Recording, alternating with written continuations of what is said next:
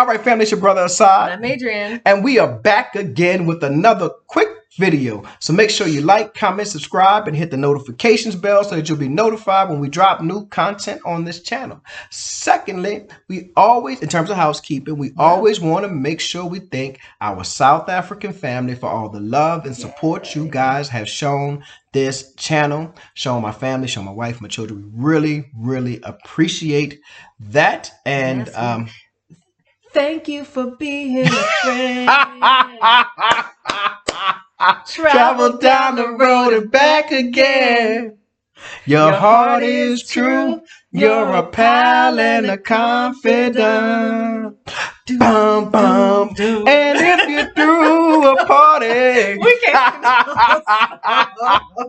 YouTube mess around and give us a copyright infringement. Man, but Betty White. Betty White. We lost and the gone room. on to glory.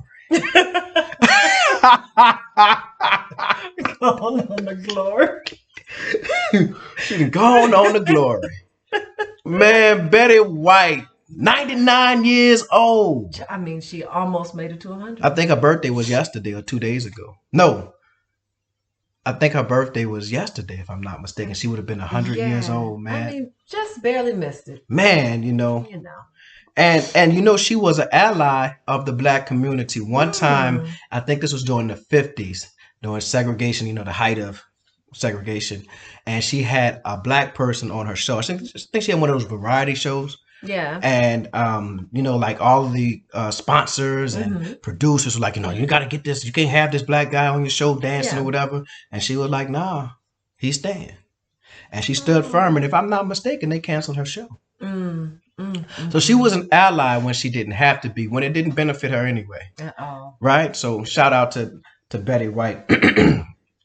And Monday was also the federally recognized day of Dr. Martin Luther King's birthday. It was a holiday here in the United States. Dr. King is one of my heroes. I think, listen, Dr. King was a brilliant man. I say loudly and boldly, Dr. King was the greatest American this nation has ever produced. And if anybody would care to argue or debate, I'll be happy to engage. At me. And let's be clear, in the words of Dr. John Henrik Clark,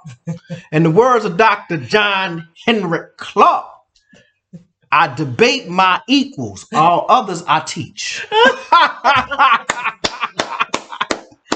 You're going to have to come correct on that Dr. King stuff. We could have that conversation, I promise you. Dr. King's birthday was Monday, and again, one of the greatest American this nation has ever produced. Yeah. One of the greatest black men ever to walk the face of the earth, in my humble opinion. So we recognize this day. So those are some of the current events, but now we want to kind of talk about two particular pandemics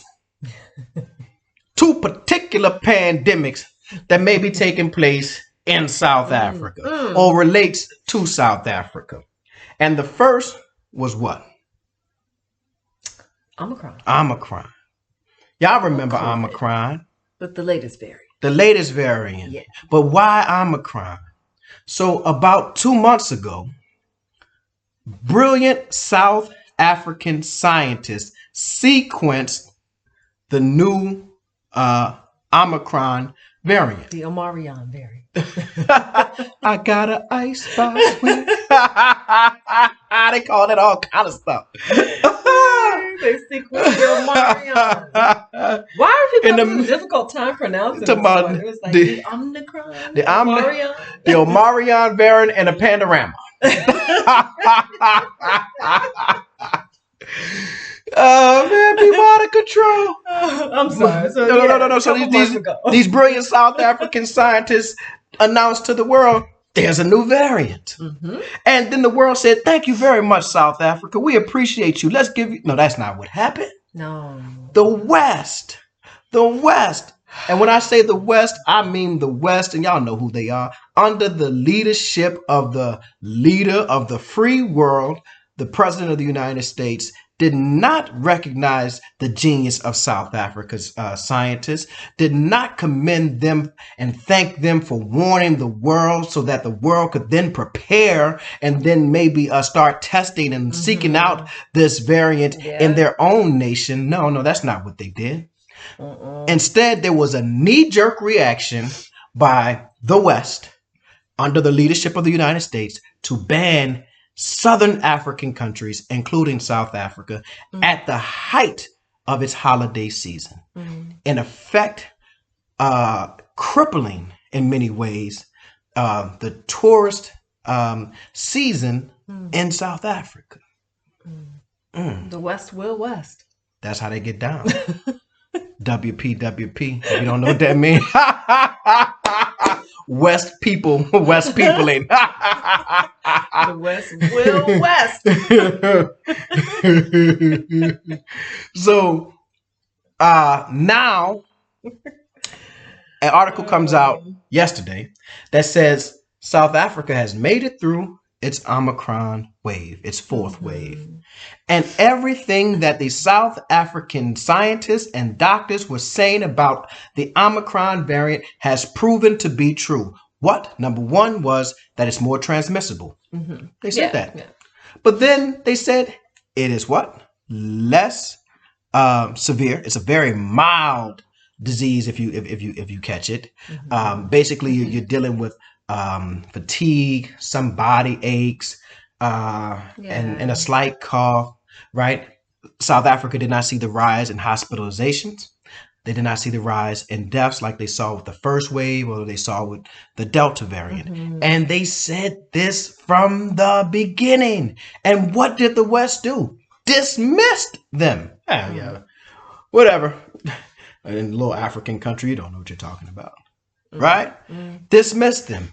Joe Biden gets on TV fumbling over words. Barely could read the teleprompter. You got your glasses on, Joe? Man, get this man some glasses. He's squinting. Joe, be up there. Joe, if you squinting, brother, look, I know what it's like to be blind. Get your glasses, brother. Some contacts. You know? And we just gonna ban everybody. But now he should have thought of a picture of the whole country. You're banned. See this thing right there? Don't come. Cannot come inside. Don't come. What? So listen. So here's what I'm saying. Donald Trump called African nations shit hole countries. He called them that, right? Joe Biden treated them like that. I'm not a fan of Donald Trump, so let's not get that twisted. But what I'm saying is that left-wing Democrat, right-wing Republican, same bird. You feel with me? It's the same bird. The treatment was the same. So anyway, so now that the South Africa is coming out of its, the curfew was lifted when we were there. Yeah. They're coming out of its wave, and yet the American president has yet to apologize for his knee-jerk reaction. He has yet to say, you know what, South Africa? My bad. My bad. That's what you say. I didn't mean to do all that. I did the most. I was overreacting, you know. The Republicans tripping over here, you know, I'm under a lot of stress. Y'all know I forget everything. Yeah. I'm under a lot of stress, you know. That's all he had to say. He had the opportunity to do what the honorable thing. The honorable thing would be to say, hey, we were wrong. And South Africa, we owe you. We commend you. We thank you. The world is indebted to you.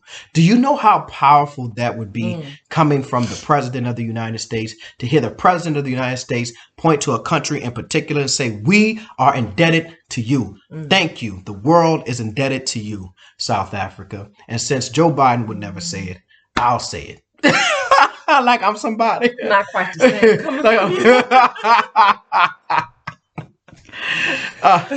The world is indebted to you, South Africa. We appreciate you. We love you. Indeed. Indeed. All right. So, pandemic number 2. See, now this is different. Now, this is different. Oh. You come out the Omicron wave, my fellow brothers and sisters in South Africa, but there's another pandemic that may be coming your way. On the horizon. There's one on the horizon. Yeah. Oh, where they at? Where they at? Where they at? I came across a really good Al Jazeera article. Well, tell us about it. The title is Why South Africa Should Cancel Amazon's New Headquarters. Bam. I didn't even realize Amazon was planning to build a headquarters in South Africa near Cape Town. Family. Go ahead. Well, tell us what the article has to say. I mean, so they're saying that, there's a fight. The indigenous Khoi and San peoples and environmentalists are fighting this project, saying it's going to be bad on the environment. Bad. And this is sacred indigenous land. You know capitalism doesn't hold anything sacred but the dollar. Nothing sacred to the capital. Nothing is sacred but the dollar. So we'll get back to the article, but let me give you my stance on billionaires and capitalism. I'm not against 100% capitalism. Capitalism must be tampered and tapered and tempered with reasonable socialism, because unchecked capitalism. You want to know what unchecked capitalism is? Play the game Monopoly. If you play the game Monopoly, you are playing a game of unchecked capitalism in the form of real estate, where the winner of the game has everything and everyone else is bankrupt. And what we're seeing, what has happened in the last 20 years has been a hoarding, family, of the world's wealth by a handful of individuals, and the rest of the world is getting poorer and poorer and poorer. Now, here's the problem. We're going to get to Amazon in a minute. The problem is when I say stuff like that, people don't want to hear that because they vicariously live through the wealthy. Yeah. They in their minds believe that if I support these wealthy people, then maybe one day I'll be a billionaire. Maybe one day I'll be a trillionaire. It's all right. I'm riding this 1983 Honda Accord and I got to get in from the passenger side. It's all right. Take on all this debt to get this student loan debt to get this degree. You could one day, and just the sheer idea, the hope, the possibility that one day you too could be Jeff Bezos rich. Right. You could be Elon Musk rich. Will have you defending the people who are stealing everything from you, who are liquidating your pockets and your wealth and hoarding it for themselves and leaving it to their children and their grandchildren. And you die with a hope and a dream. But that's cool if you into that type of stuff. Right. If you're into that type of stuff. So this Amazon thing coming to South Africa. So Al Jazeera is saying what? That they're going to undermine small business, small e-commerce business on the continent. I mean, basically what they've done here. What about those labor rights? Oh. Yeah. They talk about the surveillance that people are under. They even said, like, it could, if they're judging it on how Amazon operates in the United States, Amazon supports local police departments in the United States with their surveillance programs. Wow. So there's all this issues around infringement of individual rights and all of, Amazon's a problem. Listen, Amazon is a problem. All that is deep. But just think about what happened when Amazon grew in the United States. We go to South Africa and we just love walking around the Mall of Africa. We love walking around Sandton City. It is a nostalgia because we used to have beautiful malls in the United States. When we were growing up, going to the mall as a teenager, meeting girls, right? You go to the food court and you hang out at Taco Bell. Oh man, when you were like 14, getting your mom or dad to drop you off at the mall and give you $20 and you could just hang in the mall all day. You know, that's what we used to do. The mall was a place. When you're in the Mall of Africa, when you're in the Sandton City Mall and you're in Rosebank and you look in all of these different shops and you see these people, what you seeing? You see jobs. You're seeing jobs. Those people working in every store that's open needs an employee. Mm-hmm. Every store that's open has to have at least one employee, right? Those are jobs. But what happened when Amazon became popular in the United States, you begin to see the death of the American mall. Mm-hmm. It began to close. They begin to close left and right, and now you just have these relics sitting in the middle of several cities that used to be a mall, and now it's just this empty building with grass growing on top of it. There's one right here in the New Orleans area called Esplanade. Esplanade Mall, man. If I could tell you how it used to be popping, popping, it used to be the place, and now it's closed. It just closed like recently too, but it hung on. We went in there once and they didn't have the heater. It was cold outside. I went into the dressing room. It was freezing. She had like a little space heater in the dressing room. I was like, "This is sad." It was doing bad. You going nothing, man. It's just it was nothing. It is nothing in the Esplanade, and it jewelry closed. Stores and those little, cheap, tight outfit type. The Esplanade Mall hung on like Betty White.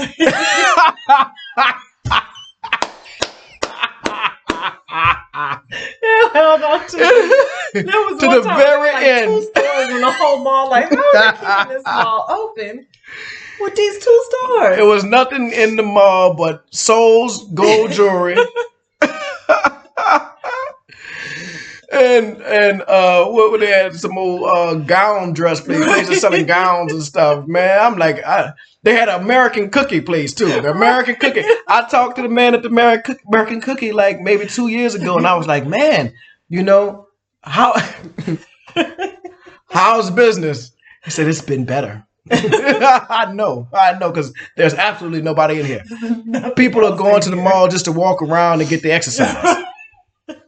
It's sad. It's sad. It is sad. And that is a pandemic that could happen in South Africa. That's what I'm trying to tell you about. That is the coming pandemic. It's the possibility. Now, I'm not an economist, right? I'm just telling you from the experience that we have seen here in the United States that Amazon has effectively shut down all other retailers, right? Especially small business retailers. And you're getting all this stuff from China. Nothing wrong with China. I love China. I got some Chinese friends. But I'm saying all of this stuff is coming from China. And until the pandemic interrupts your supply chain. Oh, speak on it. Store shelves are empty. Because in the United States, there's something that they won't tell you. Everything can't come from somewhere else. Hey, we're learning that hard lesson. We learned a hard lesson. When you're importing everything, you go to the grocery store and the shelves are empty. They're not telling you about this, right? Right?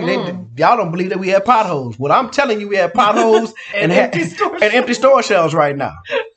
I'm about to go plant something in my backyard. That's what it's coming down to. I got to feed myself. I'm going to plant potatoes. Yeah, potatoes and okra. A starch and a vegetable, because that's where we at with it. How you out of bread? Like I went to the bread today and they had, to the store. I went to the store today, not the bread, and they had one loaf of bread. I was like, what is this the depression? What is going on? It's terrible. Man. It's terrible. So if you, I don't know, I don't, again, I try to stay out of maybe the politics of South Africa because it's not my place. But this is something that I think is serious, and I think South Africans should really look at this and make a decision on whether this is something that you want. Yeah. They're going to promise a lot of jobs. Absolutely. That's what they're going to do. That's how they hook you in, right? There's going to be a lot. Walmart is a prime example. Oh. There was a time in our Swagman. Swagman was the local grocery store here in New Orleans, right? It was kind of like a mom and pop, but it had several locations, man. And it was an experience. You went into Swagman and it had stuff that you could only buy in New Orleans. You understand what I'm saying? Like only specifically for New Orleanians, because it was made by someone in New Orleans and they, supplied it to this local mom and pop grocery store. Right. Walmart really wasn't a grocery store. It was like a knickknacks. I don't know what you used to go to Walmart for. All the other stuff that you go to Walmart for, like Macro has the food. All that other stuff like the electronics. Walmart, did Walmart have electronics? I mean, I don't know what you bought. All I could think is Tupperware. Right. Those plastic stuff. Yeah, that's what I thought of when you went to Walmart and paper.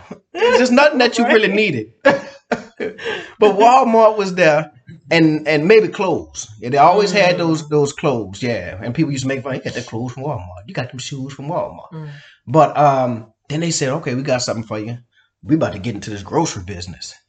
We about to start selling eggs, bread, and meat and stuff, right? Yeah. And you know the funniest thing is I've never seen a butcher at a Walmart, but they sell fresh meat. Now I don't know where it come from. If it come off the truck, that's not fresh. But anyway, once Walmart got into the grocery business, mom and pop grocery stores went out of business. But Walmart promised when they would move into different communities, you know what they would promise? Jobs. Oh, we're going to give you jobs. So you would walk into Walmart and it would be 40 lanes of checkout girls or checkout persons, right? And he'd be in there, doop, doop. And you'd be like, oh, look at all the jobs Walmart created. This place is great. The prices are cheap. This place is great. I can come in here and get everything. I can get a TV and ground meat. I can get gas up front. Get gas and everything. Everything. Then they got the bootleg man selling DVDs and yeah. I always had the bootleg man outside of Walmart selling the DVDs. So you go to Walmart and get everything and you'd be like, look at all of these jobs. This is great. And what happened? After the mom and pop stores closed down, right? Walmart has solidified itself and as the big dog. Capitalism is about greed. It's about increasing that bottom line, right? So Walmart then says, you know what? I don't need these 40 cashiers. Automation. We're going to automate this. And guess what? They know that people be stealing. Yeah. Don't you know that Walmart knows? That's how much they understand that cutting out all of these jobs and allowing people to self-checkout. People make jokes about it. They're like, I buy 3 items, scan 2, right? Boop, boop, and then put the third one in the bag. Walmart knows. Don't you know that they know that people are stealing? But they understand that what is it called? What, opportunity cost or what? Well, opportunity cost, but they know that the loss prevention, right? Oh. They know that their loss, right, of those few items that people are stealing still saves them more money than paying these cashiers $7.25 an hour for 40 lanes working 8 hours a day or whatever have you across. So they say, okay, we'll take that L. We'll take that L versus taking the L of keeping these people employed. So you walk in, as I said before, you walk in Walmart as a customer and you walk out as an employee because you start bagging doop, doop, your own groceries, right? Pretty soon it's gonna be clean up on aisle 6, and you going out there with the mop and doing it yourself. And some people, you know, may be like, Doc, you're going too far. But let me tell you something. As I always say, I am with the people that the philosophical musician Sly Stone called everyday people, and I want to be on the side of everyday people. And Walmart and Amazon destroys the livelihood of everyday people. Some people will get rich. Some people will make a whole lot of money. But the everyday person, the mom and pop, the brother, you know, trying to raise his family and hopefully one day buy a flat, a nice house, that person, the sister who actually went to school and or maybe she wasn't able to go to university, but she wants to still feed her family. She still wants to have a decent life. Yeah. That's the everyday people. And companies, these big corporations like Walmart, like Amazon, are pandemics. Right? I think the article said it's a form of digital colonization. Yeah. Better pay attention. Better pay attention. Better, you know, labor organizing than we have in the United States. Right. Because if they come in, you're going to need it. You're going to need it. You're going to need it. And the thing about it is that the people have to be vocal about the demands that they make of Amazon if it happens to move in, right? if it happens to move in. You better start telling them your minimum wage will not be regular minimum wage. You're going to have to come up a whole lot, and you're going to have to start investing into small businesses and carrying the business, these items that these small South African businesses actually manufacture and produce. It's going to have to be a well thought out plan. This is just my opinion, family. Yeah. This is just my opinion. I don't want to move to Johannesburg and then in 3 years go to the Mall of Africa and all I see is the cookie company and Soul's jewelry. You know? That's a big mall for the cookie company. Hey, I don't want to see the Mall of Africa Betty Whiting.